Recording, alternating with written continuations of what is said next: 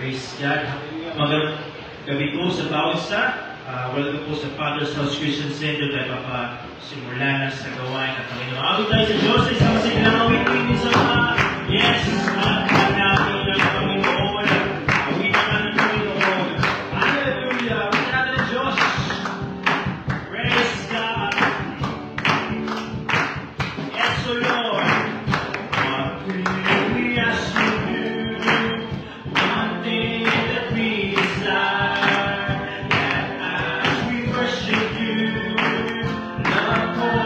Change our lives.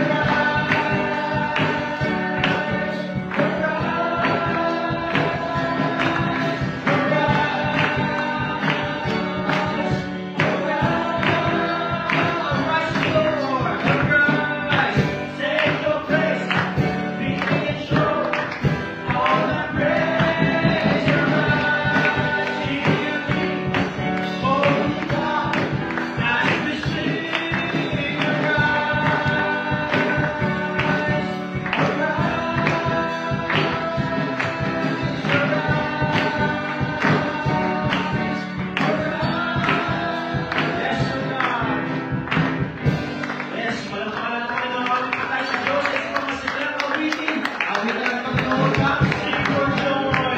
Hallelujah. Yes, O God. Purihin sa Panginoon. Hallelujah. Purihin natin siya. Praise God. If we want to glory to Jesus. If we want to Him, He will answer us. If we want to Him, He will run to us. We will lift our hands, we will lift us up. Come now, praise His name, all the saints of God. Come sing for joy, hallelujah, Diyos, hallelujah. Praise the Lord. Come sing for joy to God, our strength. Come sing for joy to God, our strength. Come sing for joy to God, our strength. Come sing for joy to God, our strength, our strength. Yes, Lord, hallelujah. If we want to Him, He will answer us. If we want to Him, He will run to us. If we lift our hands, He will lift us up. God, now praise His name, all the saints of God. Come sing for joy. Come sing for joy to God, our strength. Come sing for joy to God, our strength. Once more, come sing for joy to God, our strength. Come sing for joy to God. One more time.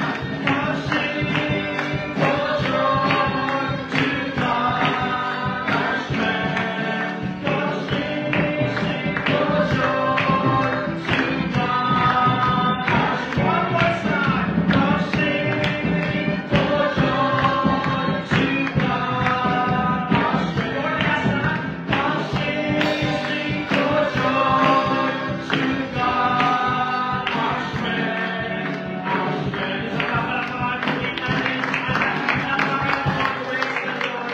Glory to Jesus. Hallelujah. Salamat, salamat. Praise God. Glory, hallelujah. Thank you, Jesus. You're the Alpha and Omega, creator of heaven and earth. Glory to Jesus. Hallelujah. Salamat, Panginoon. Ayaw sa Panginoon na wala ang awitin. Awitin natin siya. Praise His name.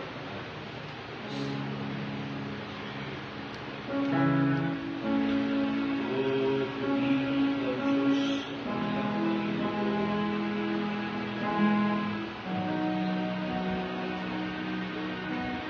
Christ is my reward in all of my devotion. Listen. Now there's nothing in this world that could ever satisfy. Through every trial, my soul will sing, no turning back. I've been set free. Tingnan natin ang Diyos. Hallelujah. Christ is enough for me. Christ is enough for me. Everything I need is in you. Everything I need. Verse 1. Christ is my reward and all of my devotion. Yes, you are.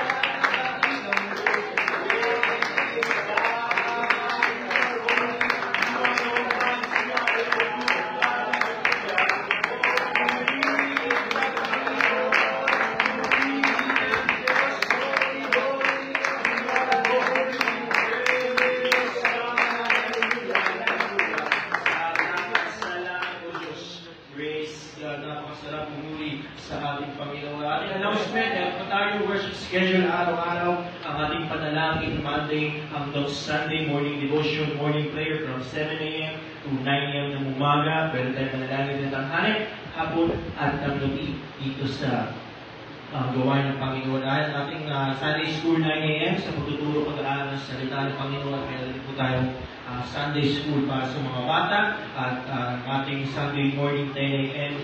Sunday evening 6:30 at ating meeting service every Wednesday same time ng gabi. Panalangin natin ang ating bansa, ating Pangulo, President Ferdinand Bongbong Marcos Jr., ang mga government officials, sama din natin pag-pray ang mga nangyayaring kaganapan sa ating gobyerno, magkaroon ng kalakasan, kapangyarihan ng salita ng Panginoon, imasok sa kanilang mga buhay. Pag-pray din natin ang ating mga church leadership, ating international leader, Pastor Greg Mitchell, Pastor Jessica Clark, Pastor Joe Campbell, sama pati natin ang ibang international leaders, Pastor Harold Werner, Pastor Tom Payne, Pastor Richard Luby, Pastor Paul Stephens, at ang ating national leader sa bansang Pilipinas, Pastor Boye Cepeda. Pag-pray din natin mga regional leaders sa kanilang mga kalakasan, kalapangagawan, ng kasiglahan, kalusugan, Pastor Frank Delegadura, Pastor Nano Utay, Pastor Ernie Rente, Pastor Charlie Reyes, Pastor Yel Sibel, at ang ating Mother Church, Pastor Rico Herrera ng Baclaran. Pag-pray din natin ang mga fellow Baclaran daughter churches, Pastor Gerson Balbuena,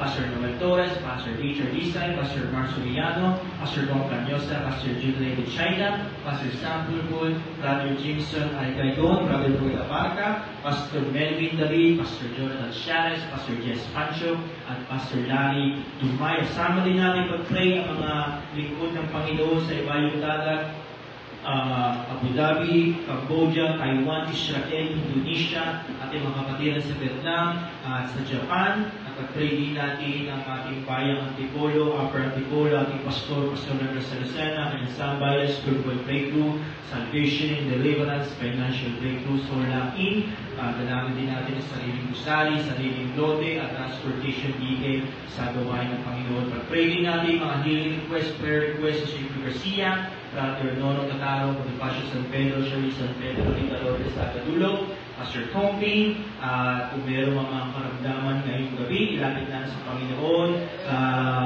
at pagkukumpletong kagalingan ni sa kapatid, Brother Eldas, sa kanyang pangatawan, at sa iba pang mga kapatid natin dito. Sama din natin ang activities. Ito pong darating next Saturday, ang ating Halloween presentation sa Baclaran. Ito po yung kapalit ng Revival Crusade ng Jubilee Service sa buwan ng October. Ito po yung next Saturday po sa Baclaran. At ating International Bible Conference ay magsisimula na sa unang linggo or first week ng November at ang ating impacting dito sa Church ng Antipolo Upper sa March 21, 2026. At sa iba pang karagdagang pabalita, ang ating pastor magbubulag. Bago tayo lumako pa sa isa pang mga bahagi ng Panginoon, tayo mananalang tayo at bago tayo mananalang sa mga tayo ating kapatid, Brother Elgan, tayo pupuri muna at papalakpas sa Panginoon. Panginoon ng Diyos, Hallelujah! Praise God, Lord, in Jesus!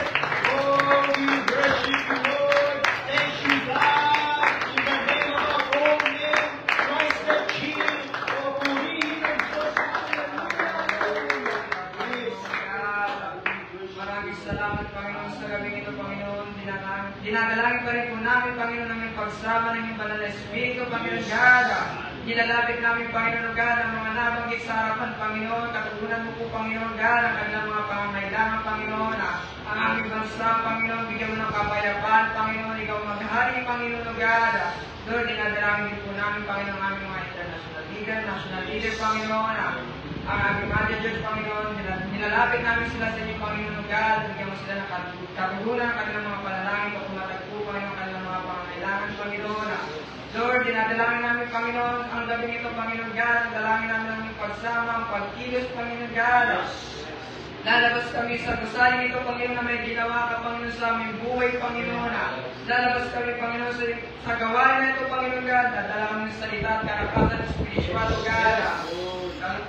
Kagabi nito, Panginoon God, samahan pa rin, Panginoon, ng banal na Espiritu, ang iyong maglingkod ng mga ngalan ng iyong salita, Panginoon, ikaw pa rin, Panginoon, kumilos, Panginoon, sa pangalan ni Jesus, in Jesus' name. Amen. Hallelujah. Tayo magtanggap sa isa't isa. Pamahalan. Hallelujah. Winala ng Panginoon. Amen.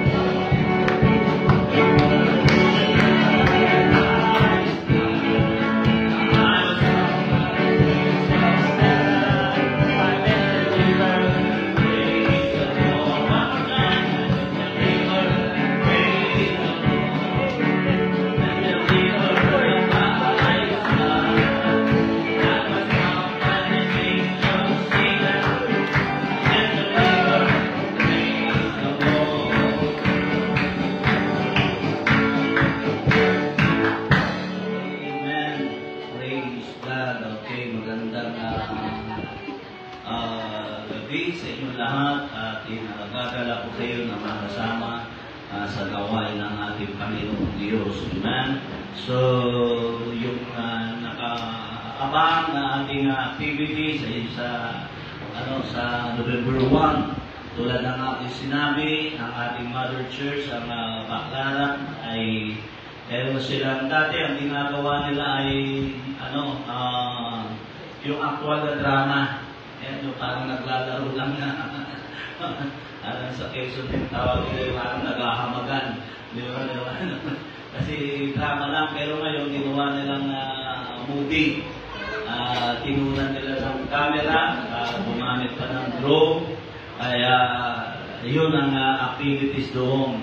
Papanoorin na lang combine ng tinatawag na concert. Ayun sila gaganapin din ng concert.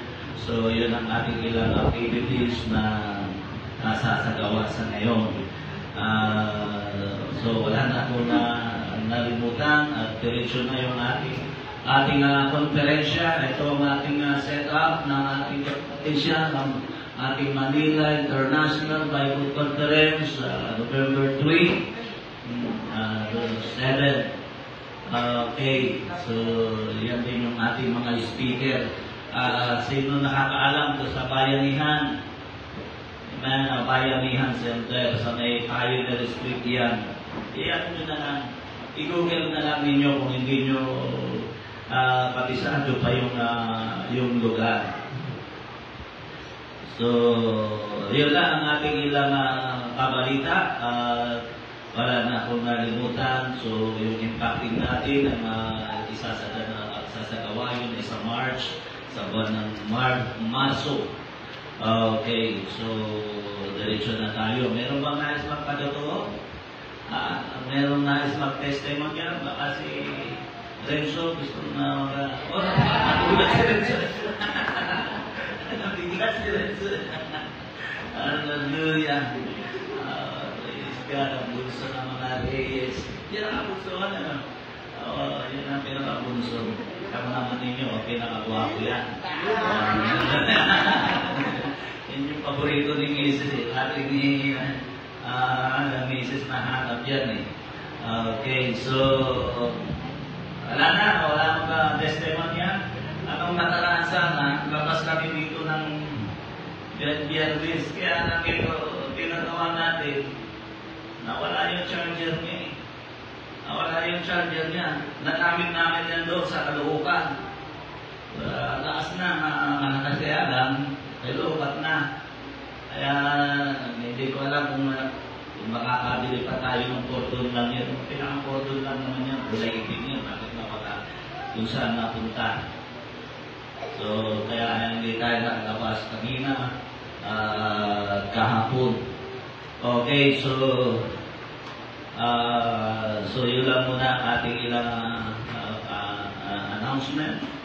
So, darako tayo ngayon sa isa pa sa gawain ng ating Panginoon. Amen. Pagliko ng pananalapi para sa gawain ng ating Panginoon. Praise God. Dapat pa rin natin kasi maunawaan ito na ginagawa natin. Alam ko naman naunawaan na ito. Kaya lang, kailang bibigyan ng pansin. Kanina, nanood ako sa online ng pangangaral na sermon ni Pastor Boyet Nisipita ng ating national leader. Ang ganda ng kanyang dinalakay. Ang ganda ng kanyang, kung encourage ko kayo, kung medyo nabibitin pa kayo, pagkatapos natin mamaya, hindi yung panuorin. Ang ganda nung kanyang binigyan ng pansin. Ng paksa na unspoken yet heard. Ibig sabihin na hindi masabi pero naririnig. Kasi binigyan na niya ng pansin, maraming taong talkative, yung masalita. Pero kung lang doon sa gawa, yan ang sabi niya. Kaya nung makita ko yun, sabi ko, ang ganda nung niya, at nabuo ko pati yung aking ipangahamo sa inyo sa TV. Kasi ang pagbibigay ko kasi, kung ating bibigyan ng pansin, ito po yung isa sa imahe at isa sa aspeto ng tinatawag na pagsamba. Yes. Isa po yan sa pagsasalarawan ng pagsamba, yung pagbibigay. Kaya kung bibigyan mo ng pansin kahit saan, lalo na sa Book of Acts, sa chapter 2, yung pangangaral na Simon Pedro, yung unang sermon niya, 3,000 ang naligtas, makikita natin doon sa bawat panambahan nila, pagkikipon, kapahagi yung pagdikom ng pananalapi, yung pananalapi, kapahagi ng revival. Pag sinabing revival, pagpugaw. Bakit? Kasi yun nga ay isang aspeto ng pagsamba sa Diyos. So sa Lucas, sa chapter 7, ito yung pinangaral ni Pastor Boyet. Ang sabi rito, pansinin natin, Lucas sa chapter 7, verse 36, inanyayahan si Jesus, Good News Bible ng aking binabasa, inanyayahan si Jesus ng isa sa mga Pariseo upang makasalo niya. Pumunta naman siya sa bahay nito at dumulog sa hapag. Sa bayang iyon ay may isang babaeng makasalanan na balitaan niyang kumakain si Jesus sa bahay ng Pariseo, kaya nagdala siya ng pabango na sa sisidlan alabastro. Lumapit siya sa likuran ni Jesus sa gawing paanan, umiiyak na binasa niya ng kanyang mga luha ang mga paa ni Jesus. Pinunasan niya ng kanyang sariling buhok, hinalikan, dinubusan ng pabango ang mga paa nito. Ito yung sinabi niya, kaya doon niya nakuha yung paksa ni Pastor Boyer, unspoken yet heard. Gumagawa yung babae, hindi lumubog ang bibig niya. Wala siyang sinasabi, pero kitang-kita yung kanyang ginagawa ay napapakinggan. At napapakinggan ng buong sanlibutan. Walang lumalabas na kataga sa bibig niya. Inakita ka ba lumabas na kataga sa bibig niya? Wala, pero dinig na dinig ni Jesus. Yung kanyang pagsamba. Pero ibinuhos niya yung pinakamahal na pabango. Lumuluha siya, bumabagsak yung luha niya sa paa ni Jesus, tapos inalis niya, parang ganyan, parang si Rika, nakapuyod yung kanyang nakatali yung buhok niya, tinanggal niya yun. Ang mga Hudyo kasi, mahaba ang buhok talaga niyan Tapos kinuskos niya yung luha niya mula doon sa paa ng Panginoon ng kanyang buhok. Hindi ka putok, wala kang makikitang siya'y nagsalita. Kaya nung makikita ko nga sabi ko, oo nga, ang ganda na. Pero yung tao dito na kunyari tagasunod ni Jesus, anong sabi rito? Pinuna siya ng pinuno ng maniningin ng buwis na yun na si Simon. Ang sabi niya dito sa 39, kung totoong propeta ang taong ito, dapat alam niya ang babaeng humahawak sa kanyang paa ay isang makasalanan. Marami kasi mga tao malala. Katulad doon, nakaranas ako. Kaso bibili ako ng mga tatlong electric fan, isa dito, isa doon. Awa ng Diyos, kahit isang petas ng gitara, walang hindi. Naman yung ba ibig ko sabihin, marami mga tao. Katulad nung lumabas kami nung Biyernes. Nakita ako doon, nag-share ako sa kanya ng Word of God. Nagtitinda siya ng mga escapular, yung mga rosaryo, novena. Nag-share ako sa kanya. Simula nung bangkitin ko sa kanya, ang pangalan ng Panginoon, kita ko nangiinit yung luha niya. At umiyak siya ng umiyak, lalo naman ipanalangin ko siya, pinatanggal ko siya, umiyak na siya. Pastor, pupunta po talaga ako siya. Ingatan niyo yung trust niya, nandiyan yung address namin. Ayun na, sabi niya sa akin, Pastor, talaga po, pupunta po ako doon, sisipin po ako doon. Asan? Wala. Sabi niya ngayong gabi. Yun ang ibig ko sabihin, may mga tao na kung titingnan mo, parang ang laki ng pananampalataya nila kung ibabasa nila sa bibig. Pero itong babae ito, wala siyang dinig-imig, pero dinig na dinig ng Panginoon ang kanyang pagsamba dahil may involved na sacrifice, yung mga haling pabango. Ang sabi ng mga Bible scholar, isang buwang halos sahod ng mga manggagawa yun. Yung halaga na yun. Kaya ang pagbibigay, mga kapatid, yan ay isang pagsamba na walang boses kang maririnig, pero yan ay makikita mong dinig na dinig ng ating Panginoon. Kaya ang pagbibigay ay isang larawan ng pagsamba pa rin sa Panginoon. Kaya hindi mo yan po pwedeng ihiwalay. Hindi natin pwede sabihin, bakit kailangan panlugi ko? Ano po, panimera na ito? Hindi po pwede sabihin ito. Dahil ang pagbibigay sa Panginoon ay isang tahimik na pagsamba. Kasi hindi mo naman pwede sabihin, bigay ako 1,000. Brother, bigay ako 1,000. Hindi mo pwede sabihin gano'n eh. Amen? Lihim yan. Kaya yan ay unspoken. Sabi nga ni Pastor Boye, unspoken yet. Naririnig pagamat walang lumalabas na pag-uusap. Doon makikita mo pa rin isang larawan yan doon sa aklat ng Marcos sa chapter 12 verse 41. Anong sabi rito? Umupo siya sa tapat ng kabangyaman at minasdan kung paano inihuhulog ng karamihan ang salapi sa kabangyaman. At maraming mayayaman na nangabuhulog ng marami. At lumapit ang isang babaeng baho at siya'y naghulog ng 2 lekta na ang halaga ay 1 beles.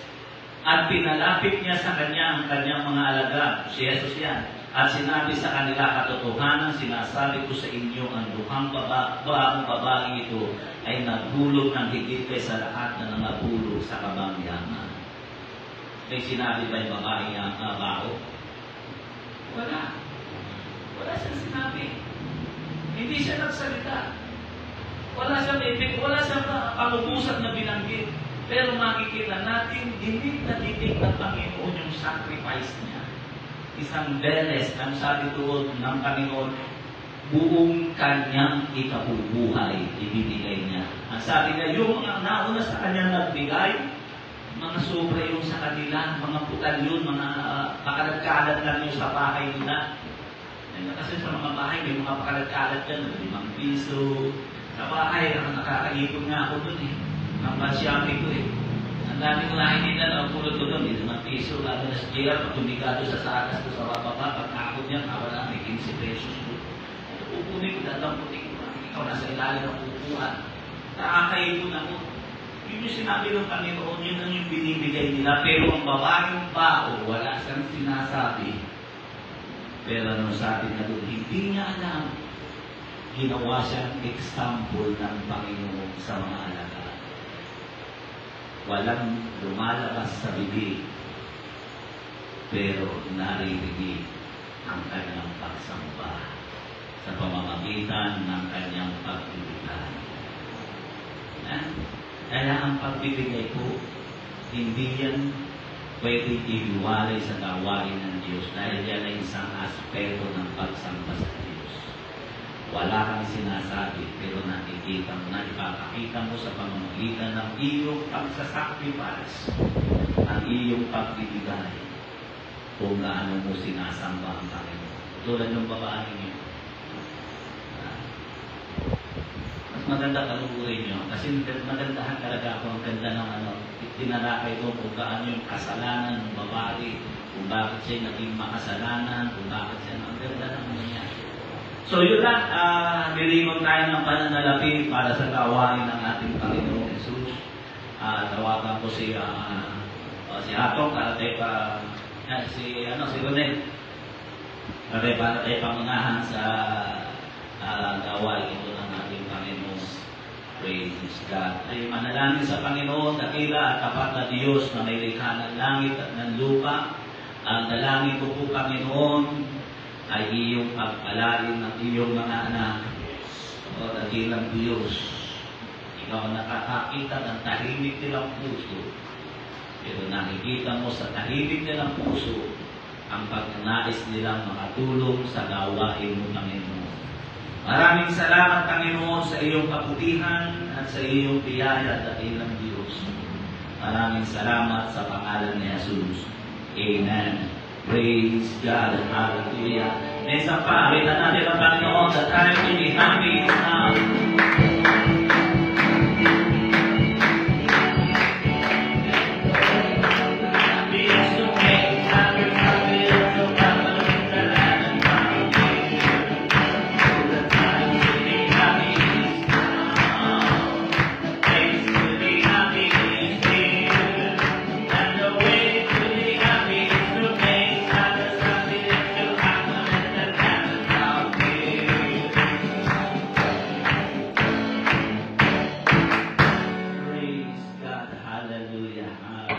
Magdadala ngayon ng salita ng Panginoon. Minsan, siya yung pinagsalita ni Pastor Rico doon sa Caloocan. Nasabi ni Pastor Rico, na-bless ako. Kaya lang dumugo ang ilong ko. Kailangan ng interpretin. Pagkapakan natin ng Panginoon, pakinggan natin si Brother J.R. sa kanyang ibabahagi sa ating mga.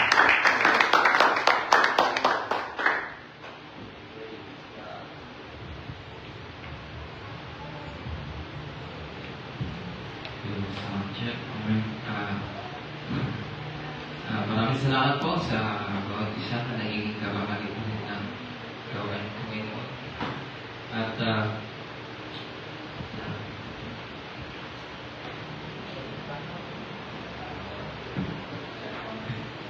thank you.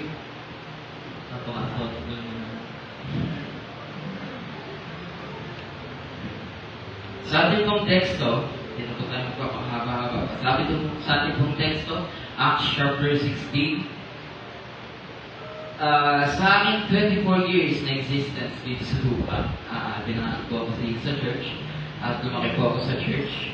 Marami na po akong nasasayang himala. Isa dito, yung mga bingi ay nakakarinig, yung mga bulag ay nakakakita. Maging yung mga pilay na may dalawang saklay, pagkatapos tinatapon nila at sila nakakalakad. O kaya anumang uri ng karamdaman ay gumagaling. Ngunit sa lahat po ng himalang ito, isa sa mga ito ang tunay na nakapagbibigay sa akin ng kasiyahan at ng pagkamangha. Kapag ang isang pamilya ay nabubuksan, nakakalaya sa kasalanan at nagpapasimulang maglingkod sa Diyos. Nandiyan si Renzo. So, aking pang naalala, nung kami ba'y nakatira doon sa looban sa Mihina pa ako, nung kami minsan dinalaw ng aking lolo, hapon na noon, nung makauwi ako, nakita ko siya, nakaupo siya sa may sofa, at sa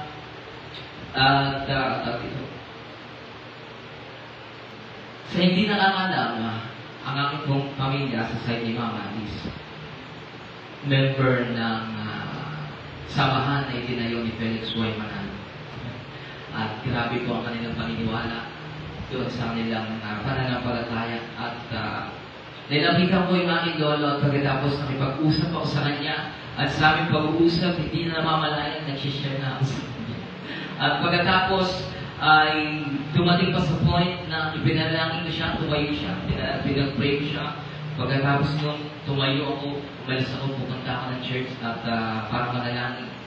At habang ako'y naglalakad, hindi ko namalayan na yung aking luha pala bumubuhos na. At biglang nawalan na lakas ang aking tuhod, natumba ako, nakalud ako sa lupa. Nandun yung sa aming pag-awal. Alam mo yan. So maraming tao na nakita sa akin doon, kumaraan, tataka siguro. Pagkatapos nun, tinawag ko ang Panginoon, sabi ko, Panginoon, iyo bang nakikita ang aking pagtangis? Panginoon, ang aking dalangin, ingatan mo yung aking mga pagluha sa aking mga mahal sa buhay. Ang nais ko sila'y makakilala sa iyo dahil ang pangako mo, ako, ikaw, kung ikay sasampalataya, ikaw at yung sambayan na maliligtas. Kaya nais ko mga sa paksang The Redeemer in our home o ang manlubos sa ating tahanan. Acts chapter 16 verse 27 to 32, meron po may Bible. Ito po ang pagkasabi, nagising ang bantay ng bilangguan at nang makita niyang bukas ang mga pinto, inakala niyang nakatakas ang bilanggo. Dahil dito'y binunod niya ang kanyang tabak at nagpapakamatay sana. Verse 28, ngunit sumigaw si Pablo, huwag mong saktan ang iyong sarili, narito kami lahat. Humingi ng ilaw ang bantay pagkatapos pumasok at nanginginig ng nagpatira pa sa harapan nila Pablo at Silas. Verse 30, sila ay inilabas niya at sinabi, mga Ginoo, ano po ang dapat kong gawin upang ako'y maligtas? Verse 31, sumagot naman sila, sumampalataya ka sa Panginoon.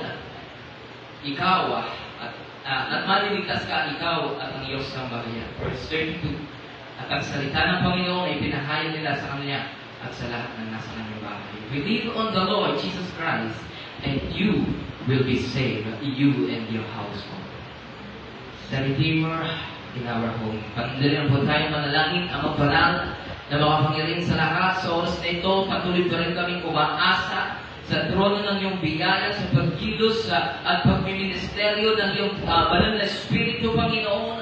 Ikaw po ang maghanda na ng kanilang mga puso, kanilang mga pandinig, paging ang labi kong ito, Panginoon, iyong kasihan ng banal na Espiritu, Panginoon. Ikaw ang siyang mag-usap, magmahayag, magpakahayag at mataas sa aming kalagitnaan. So ipo namin ba yung pinabalik ang bawat sandali, Panginoon, sa pangalan ng Jesus, sa lahat ng anak ng Diyos ay pwede ba natin palampakan ng ating Panginoon? So the Redeemer of our una, the trauma of family. Alam nyo, minsan hindi lang kasiyahan yung naranasan natin sa family natin. Dahil nga sa sila'y ating mga pamilya, sometimes they bring both love and pain. Sinaliwanag. May minsan, ramdam mo yung pagmamahal nila, pero minsan, ramdam mo rin yung sakit na nagdudulot nila. Bawat tao mayroong pamilya, bawat tao konektado sa isang pamilya. Wala namang tao mag-isa. Bigla na lang sa mundo, di ba? Lahat yan ay nabuhay sa loob ng isang pamilya. Kumbaga, there's a supernatural connection to family. Meron nag-uugnay sa kanila. We deeply care about their salvation, sa kanilang kaligtasan, sa kanilang pag-iingat ng kanilang kaluluwa. Pero minsan yung ating family, yung relasyon natin sa ating pamilya can become the source of deep pain. Yung matinding sakit, at lalo-lalo na sa ating mga Kristiyano kapag tayo kanilang nire-reject. Merong heartbreak pag ang family na-reject tayo, tinanggihan ng ating pamilya. Yung una, di ba? Kung sometimes yung family natin, sila pa yung umuusig sa atin, sa ating mga pananampalataya. Ano sabi ng Matthew chapter 10 verse 36, at magiging kaaway ng isang tao ay ang kanyang mismo rin kasambahay. Mismo ang ating mga sariling pamilya ang kuminsan at nagiging kaaway natin. Nung tayo makakilala sa Panginoon, tayo nagagala. Natuwa tayo. Kung minsan, inaakala natin gano'n din ang mararamdaman ng ating mga pamilya, ng ating mga sa buhay. Akala natin, matutuwa sila dahil yung luma mong pagkatao ay nawala ka. At naging bago ka. Diba? Ang expectation natin, papalampakan tayo ng mga pamilya natin. Yay! Diba? Pero hindi yan nangyari kung minsan. Lumalabas pa sa nilang mga labi, yung mga katagang, mas gusto ko pa yung dati mong pamumuhay kaysa sa kung sino ka ngayon. Mas adik ka pa kaysa dati. Diba? Hindi ka nila sa anong baliw. Napapaliw na sisiraan ng bait. Kaya maraming mga believers experience rejection sa kanilang mismong mga pamilya, sa kanilang mga magulang. Sa totoo lang, mahigang magparami ng magulang. Sa kanilang magulang, sa kanilang mga anak, at sa kanilang mga kapatid. Diba? Minsan dahil tayo mga convert na gusto natin mahikayan sila, pero minsan sila yung nagtututya sa iyo dahil lamang iniwan mo yung traditional religion. Yung una yung sinampalatayanan. Kaya yung mga anak na mga magulang, nagre-rebelde sa kanilang mga anak, sa kanilang magulang. Bakit? Dahil lang dun sa faith, dahil lang sa pananampalataya. Kaya yung sakit ay personal. Yung ating nararamdaman ay personal. Bakit? Kasi family natin. Malaki ang ambag nila sa buhay natin.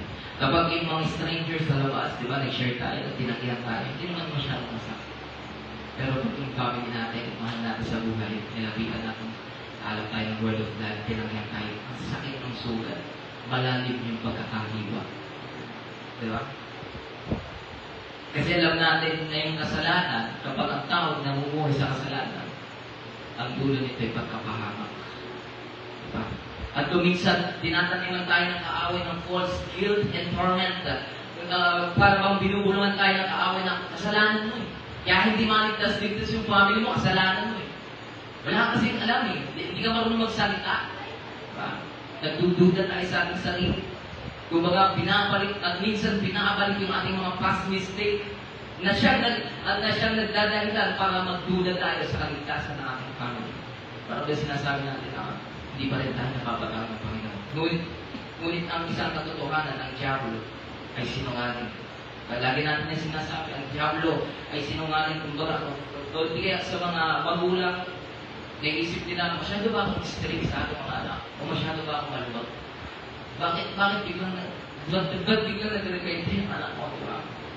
Well, minsan, yung mga pastor din, o yung mga leader ng simbahan, they feel unworthy kapag yung isa sa member ng family niya ay tumalikod. Di ba? Nakikihabang siya ng aral, parang di niya kaya na, ako nakakarang tapos yung anak ko nagsusulat. Adik, di ba? Paano mo pamumunuan yung church? Kung yung aking sarili sa bayan, hindi ko mapamunuan. Ayun yung tinatanim ng kaaway sa kanila. Merong spiritual accusation behind doon sa ating mga pain na nangaranasan.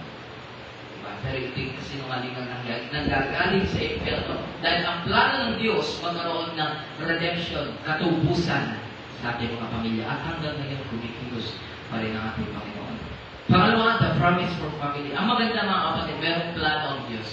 Meron siyang pangako sa ating mga family. God's plan has always include family. Ang salvation ay hindi lamang individual. Kundi nais ng Diyos mag-extend ito mula sa iyo patungo sa iyong family. Ang plano ng Diyos noong una pa lamang, hindi sa atin matapos yung kaligtasan.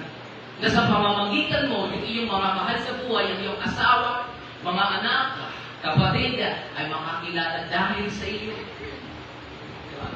Madala natin sila sa ating Panginoon na maraming biblical example patungkol sa family salvation. Unang-una si Noah. Alam natin yung kwento ni Noah sa Genesis chapter 7 verse 1. Sabi dito, sinabi ni Yahweh ni Noe, pumasok kayong mga anak, pumasok kayong mga mag-anak sa barko, sa lahat ng tayo ikay sa lahat ng tayo ikay lamang ang nakita ko ng buhay ng magkita. At alam natin yung kwento, si Noah lamang at ang kanyang pamilya ang naligtas doon sa bahay. Kaya may ghost project naman. Diba? So, isa pang bagay si Rahab.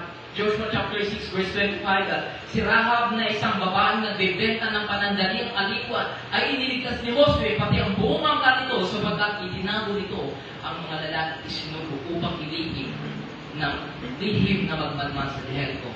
Maging si Abraham, Genesis chapter 17 verse 7, tutuparin ko ang aking pangako sa iyo at sa iyong lahi habang panahon na at ako'y magiging Diyos ninyo. Joshua chapter 24 verse 15 at kung ayaw ninyo maglingkod kay Yahweh, pumili kayo. Ngayon kung sino ang inyong paglilingkuran, ang Diyos ba na pinaglingkuran ng mga ninuno sa Mesopotamia o ang mga Diyos ng mga Amoreo na sinasamba dito sa lupain nitong ating tinitirhan. Ngunit para sa akin at sa aking sambahayan, kay Yahweh kami maglilingkod.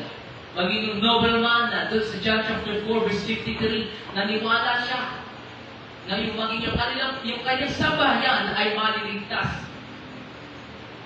At maging si Cornelio sa aklat ng Acts chapter 10, ang sabi doon yung dahil sa kanyang pananampalataya, ang kanyang buong sambahayan, ang kanyang buong nasasakupan, dahil sa siyang leader, ay naligtas. Dahil yun ang plano ng Panginoon, hindi magtapos sa atin mga sarili, na hindi lamang sa tayo yung makakapakinig ng salita ng Diyos, na kundi gamitin tayo ng Panginoon para sa ating mga mahal sa buhay. Dahil ikaw ang pag-asa ng iyong pamilya. Minsan nanghihina tayo kasi nagsusulo tayo, di ba? Wala tayong kasama sa pagsimba. Minsan yung mga anak pa natin, naman, hindi natin maaanyayahan sa church. Pero tayo, yung tanging pag-asa ng ating mga mahal sa buhay. Iniligtas ka ng Diyos na kung bakit? Para maraming mako. At unang-una na yung ating mga pamilya. Kinimong ka ng Panginoon dito sa lupa para magpatotoo, mag-testify, mag-witness sa iyong family. Tayo ang pumapagitan sa ating mga pamilya at sa kahatulan ng Diyos dahil mayroong kahatulan ng Diyos. Kaya napipigilan natin yung hatol ng Panginoon sa ating mga mahal sa buhay dahil nananatili tayo sa kanyang tahanan. Kung wala akong titigil ka, sino mananalangin sa kanila? Sino ang pipigil dun sa hatol ng Panginoon para sa kanila? Eh, isama-sama kayo nakatulan. Diba? Ganon din yung pagdating kay Abraham sa Genesis chapter 18. Ano sabi doon? Nakipag-diskusyon si Abraham sa ating Panginoon. Ilang beses niyang nabago yung pasya ng ating Panginoong Diyos dahil sa kanyang pananalangin, dahil concern siya doon sa kanyang pamangkin. At hindi ito alam niya Diyos. Hindi niya alam na nananalangin pala sa kanya ang kanyang Diyos si Abraham. Na iniingatan na pala siya ng Panginoon, maging yung kanyang sambahayan. Kaya yung ating mga family minsan, hindi nila alam, hindi nila na-realize na pinapanalangan pala natin sila. At dahil din sa ating mga panalangin na yun, naiingatan sila. Nalalayo sila sa anumang uri ng kapamakamang. Kung hindi ka mananalangin sa kanila, sino ang mananalangin para sa kanila? Wala namang ibang may concern sa kanila kundi tayo mga pamilya nila. Alam naman yung mga tao sa labas ng natin sa kanila. Wala silang pagkakutama. Huwag tayo mag-assume na yung ibang church ang makakabot sa kanila o yung ibang believer o yung mga members ng church. Gusto natin sila yung pumunta sa ating tahanan para mangaral. Pero kaya nga i-test ng Panginoon, nilagay dyan, para mag-testify, para magpatotoo sa kanila. Kung hindi ka o sino, matatagalan kung maghihintay pa tayo na mangangaral sa kanila. Ilang oras ang lilipas, ilang araw ang lilipas bago magkaroon ng tatayo sa kanila. Kung sino ang mangangaral sa kanila, sino ang magpapatotoo sa kanila. Kaya tayo binigay ng Panginoon dyan para sila'y maligtas. Dahil tayo yung ilaw ng sanlibutan. Dahil ang purpose ng buhay natin ay para mabigyan ng katutusan ang buhay ng ating mga mahal sa buhay. Magkaroon ng kaligtasan sa ating mga sambahayan. Iniwan tayo, niligtas tayo ng Panginoon, hindi lamang para sa mga tao sa labas. Kung alam niyo yung kwento ni Andres, kapatid ni Simon Pedro, mas kilala si Simon Pedro, pero ang unang nakakilala si Andres. Lumakilala niya si Jesus Christ, narinig niya ang pangalan ni Jesus Christ. Ang una niyang tinawag, si Simon Pedro, kapatid niya, family niya. Una niyang pinahagian ng salita ng Diyos. Nakita namin ang Messiah, Pedro, sumama ka sa amin. Hindi kahit niya agad yung kanyang mahal sa buhay. At yun ang purpose ng buhay ng tao kung bakit ang may weakness. Para hikayatin yung ating mga mahal sa buhay. At para makakilos ang Diyos sa kanila. Kagaya doon sa teksto natin binanggit yung Philippian jailer o yung warden sa loob ng pulungan. Na makakilala siya, immediately yung kanyang sambahayan nakakilala. Nagpatotoo siya, naging hamon siya sa kanilang mga mahal sa buhay. Kaya panguli, saan magtatapos? Maganda na yung mabilis, para hindi na ito. Panguli, the response of faith for family. Alam niyo yung kaligtasan ng ating pamilya, ito isang pakikipagbaka. Pakikipagbaka ng pananampalataya. Kailangan mong ipaglaban. Kailangan mong makipagbaka ng iyong pananampalataya. Dahil yung ating mga pananampalataya, ang siyang nag-re-release, ang siyang nagbibigay ng kapangyarihan ng Diyos para kumilos. Ang sabi ng Mark chapter 9 verse 23, and all things are possible to him who believes. Ang lahat ng bagay posible sa Kanya na sumasampalataya, kaya yung pananampalataya ang nagre-release ng kapangyarihan ng ating Panginoong Diyos. Kapag ikay sasampalataya, yan ang kikilos sa family mo para sila'y maligtas. Dahil ang pananampalataya ay isang pakikipagbaha, pakikipaglaban. Like si David, pakikipaglaban siya. Ganun din ang pananampalataya. Pinaglalaban niya yung kanyang corona, yung kanyang achievement ng ganun din ang pananampalataya. Kailangan natin ipanalo yung ating mga pananampalataya. Sa 1 Timothy chapter 6 verse 12, fight the good fight of faith. Lumabang ka ng mabuting pakipagbaka ng pananampalataya. Dahil gagamitin ng kaaway yung iyong family against him para magkasala, para sila magrebelde, o para i-discourage ka. Kaya kailangan mo matatag, kailangan mo makipaglaban, makipagbaka, ipaglaban yung pananampalataya mo, hindi lang po para sa sarili mo, para sa kanila. Kumbaga, ang iniisip mo, hindi lang yung sarili mo kaligtasan. Nananatili ka sa pananampalataya dahil gusto mo silang maligtas. Diba? Gagamitin ng kaaway yung ating mga family. Hindi nila kagustuhan yan eh. Hindi sila yung nasa likod ng meron nasa likod ng kung bakit sila nakakapagsalita. Dati may narinig ako na sinabi nila, tigilan nyo na yung anak namin. Diba? Dilalason yung utak nila. Narinig namin yun. Pero pinaglaban ng mga ito yung kanilang pananampalataya.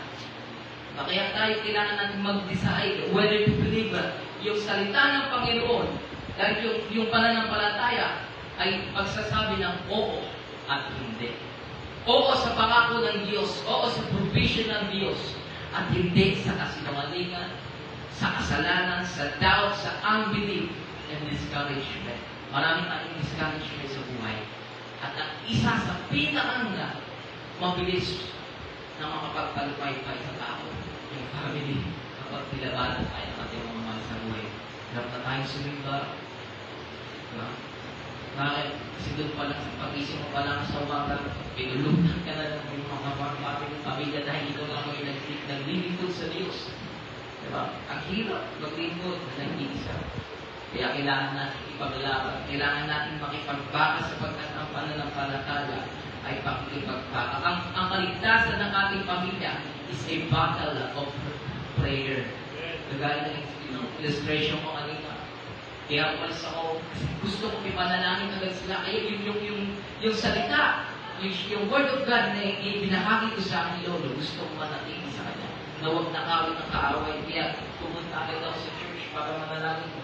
Dahil yung prayer, it invites God intervention.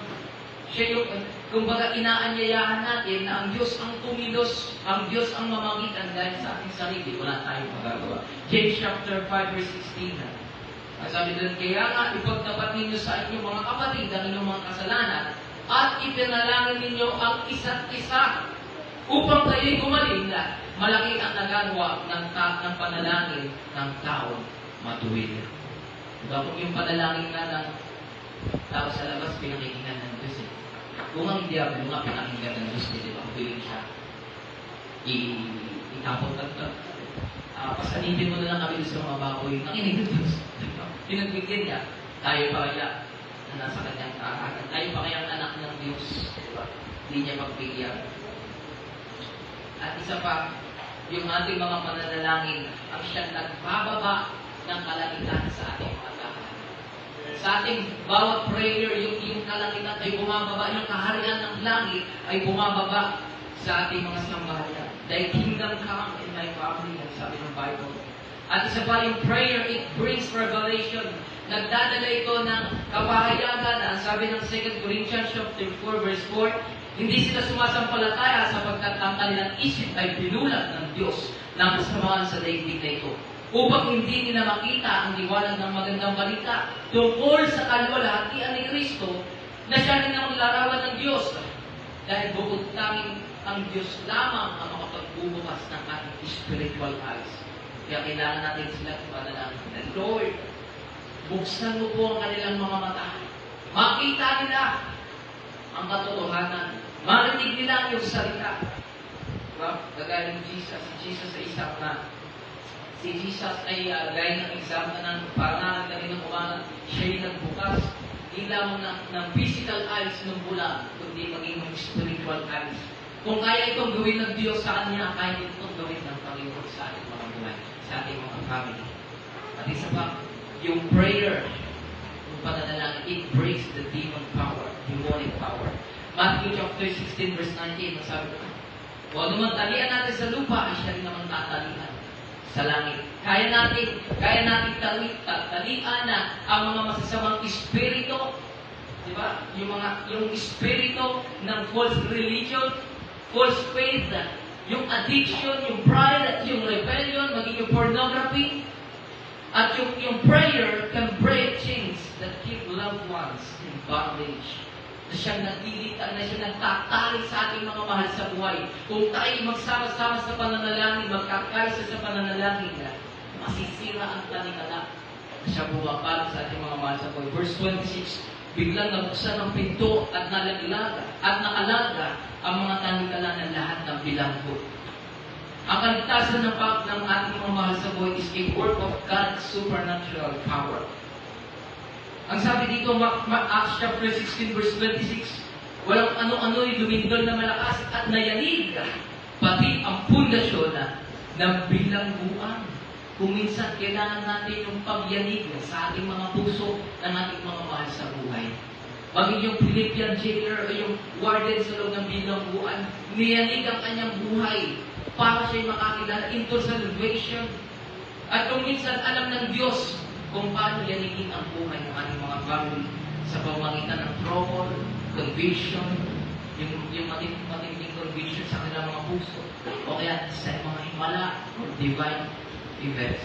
Kung minsan, dapat yung mga prayer natin sa ating family, hindi lamang yung Lord, pagpalaan mo po sila. Kasi pag pinagpaalam sila ng Lord na nasa salugutan sila, magiging comfortable sila. Di ba? Naiisip nila na, tama yung ginagawa natin. Sagana kami. Kung minsan, dapat ang prayer natin, Lord, huwag mo pong pahintulutang maging masaya sila sa kanilang mga kasalanan. Ligligin mo po yung kanilang mga buhay, di ba? Paghirap sila, tumawag sa iyo. Di ba? Kaya nung Philippian jailer, hindi, joke lang.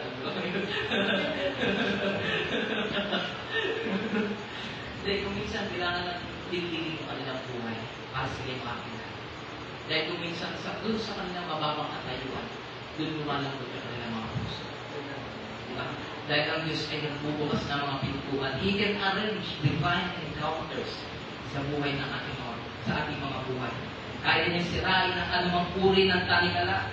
Acts chapter 16 verse 26.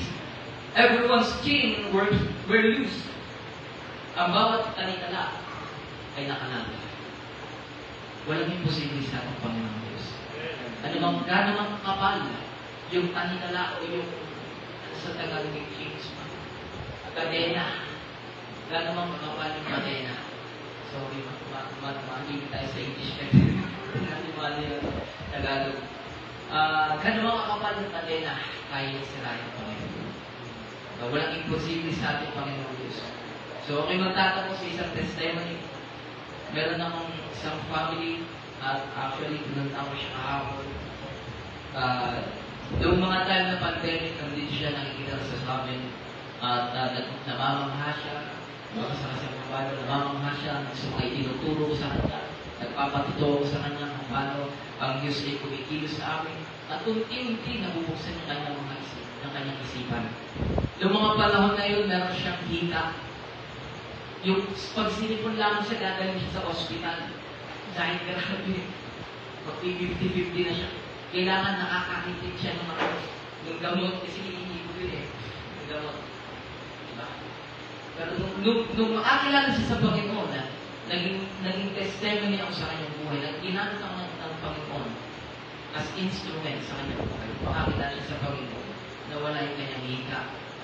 Wala yung kanyang paninig, yung kanyang vision, na wala yung kanyang pagmumura.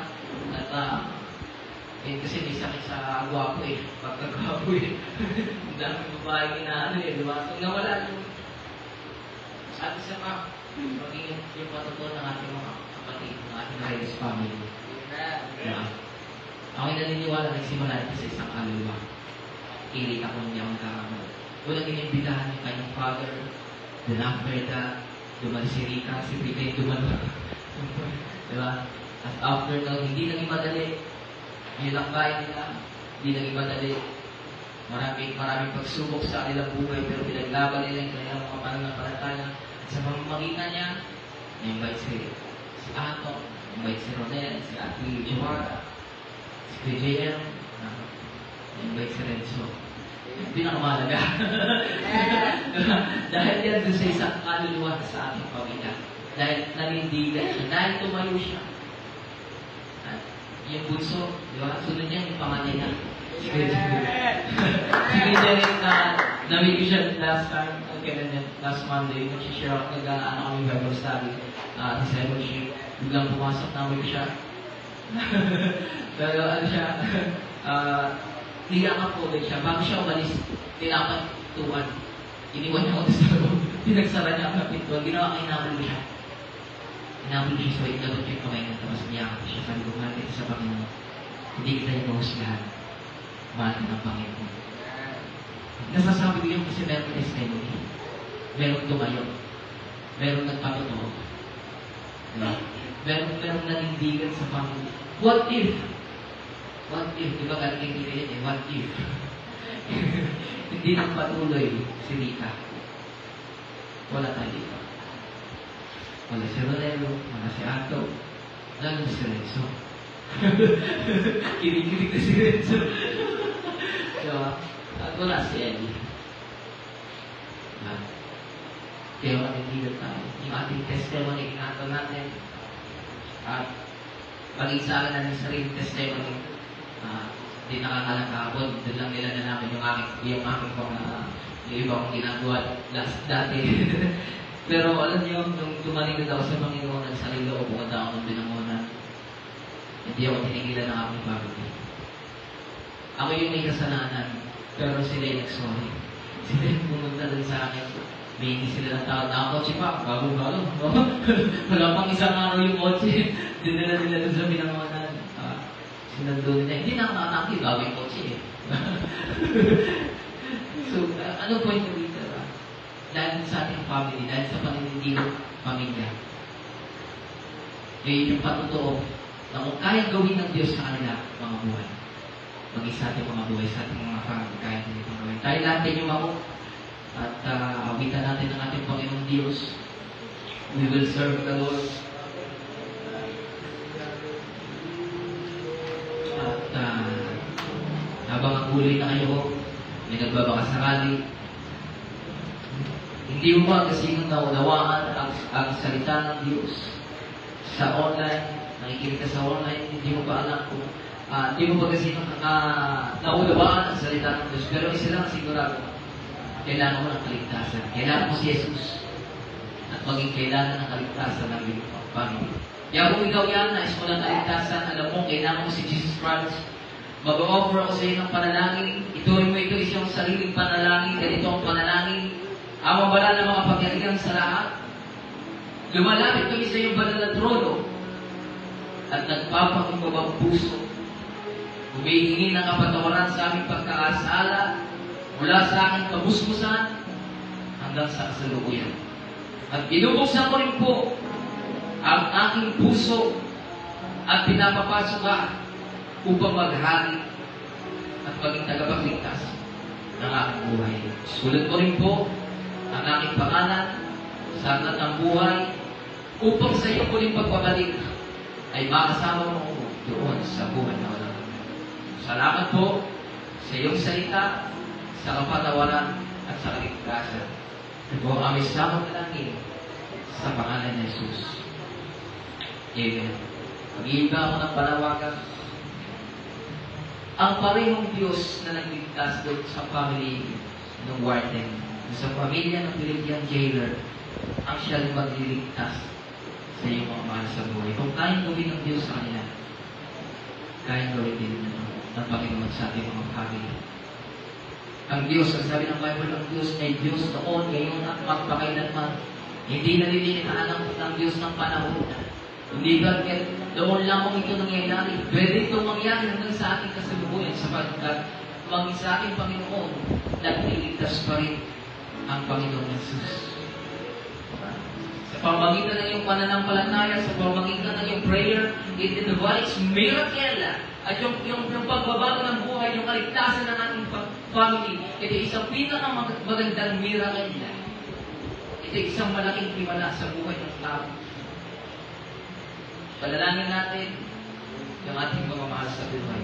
Maliglig ang kanilang buhay, ma-open yung kanilang buhay, ang kanilang mga kaisipan, ang kanilang mga mata, magkaroon ng kaligtasan sapagkat ang Diyos, He is the Redeemer in our home. Siya ang ating katubusan sa ating tahan.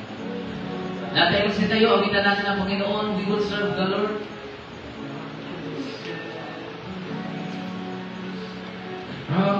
the love of God.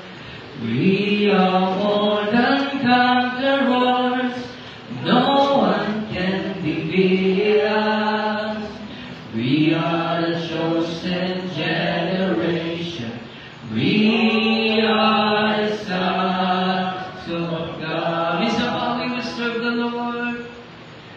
We will serve the Lord. Even the trials come, for none can separate us from the love of God. We are more than conquerors. No one can defeat us. We are the chosen generation. We are the sons of God. Habang tuloy-tuloy ang awitin na bukas ang altar, at di ko alam kung saan pangalan ka, bahagi ng pangalan ka, pinausap ng Panginoon. Lumapit ka sa unahan, manalangin ka, ipanalangin mo ang iyong mga family, mga kaligtasan ng iyong mga mahal sa buhay. Iyak natin sila sa ating sa ating Panginoon sapagkat walang imposible sa ating Panginoon. Hallelujah, glory, glory to Jesus, God. Isang pang Panginoon, kumilos ka sa aming kalagitnaan, O Diyos. Ikaw ang siyang mag-ministeryo sa kanilang mga buhay, Panginoon. Ang mga bagay na hindi namin kayang gawin, Ikaw ang siyang gumawa. Ikaw ang siyang mangusap, Panginoon. Ikaw ang makialam sa kanilang mga buhay, Panginoon. Ang kanilang mga puso ay mabuksan, Panginoon, ang kanilang mga mata, Panginoon. Gamitin mo po silang instrumento, O Diyos, sa kanilang mga family, Panginoon. Iisang buhay na pagtutusin ng Panginoon sa kanilang mga mahal sa buhay. Makita ang kaliwanagan sa kanilang mga buhay, Panginoon. Gamitin mo silang instrumento, Panginoon. Ilagay mo sila sa pinakatupok ng implan sa kanilang mga buhay, Panginoon. Gamitin mo sila, Panginoon. Tumilos ka sa pamamagitan nila. Luwanag ang kaligtasan sa kanilang mga buhay, patuloy sa kanilang mga mahal sa buhay, Panginoon. Hallelujah, Jesus, Jesus. Hallelujah.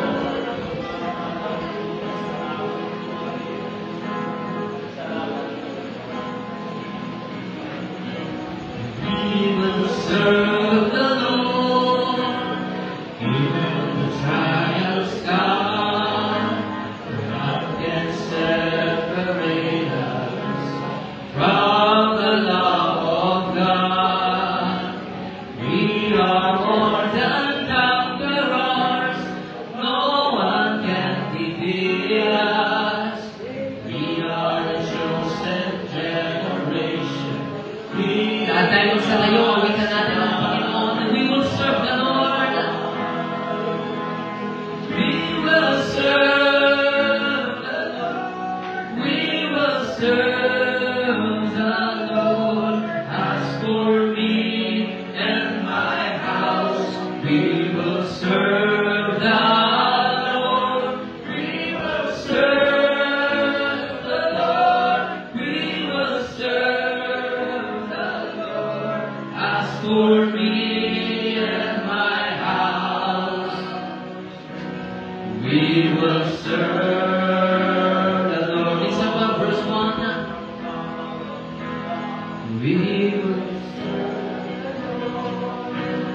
even when the trials come, for none can separate us from the love of God. Lord, nagkakaroon ka pa sa mga dalangin ng Diyos, magkaroon ng kaligtasan sa mga pamilya. We are the chosen generation. We are the sons of God. We will serve the Lord. We will serve the Lord. As for me and my house, we will serve the Lord. We will serve the Lord. We will serve the Lord. As for me and my house, we will serve the Lord. Sa malakas na papuri at pasasalamat sa ating Panginoon.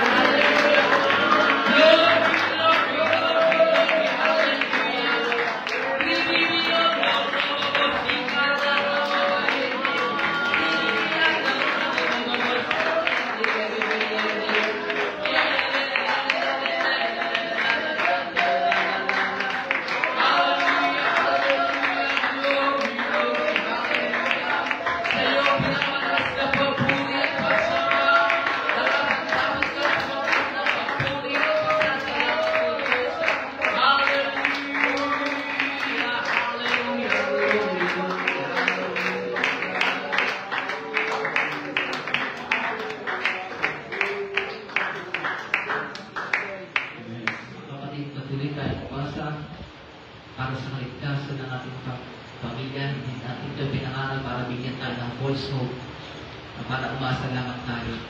Hindi kahiyangan ako, ikay sasampalataya, ikaw at iyong sambahayan ay maliligtas. Yun lamang po. At maraming salamat po. Makabalik na po tayo sa ating mga upuan.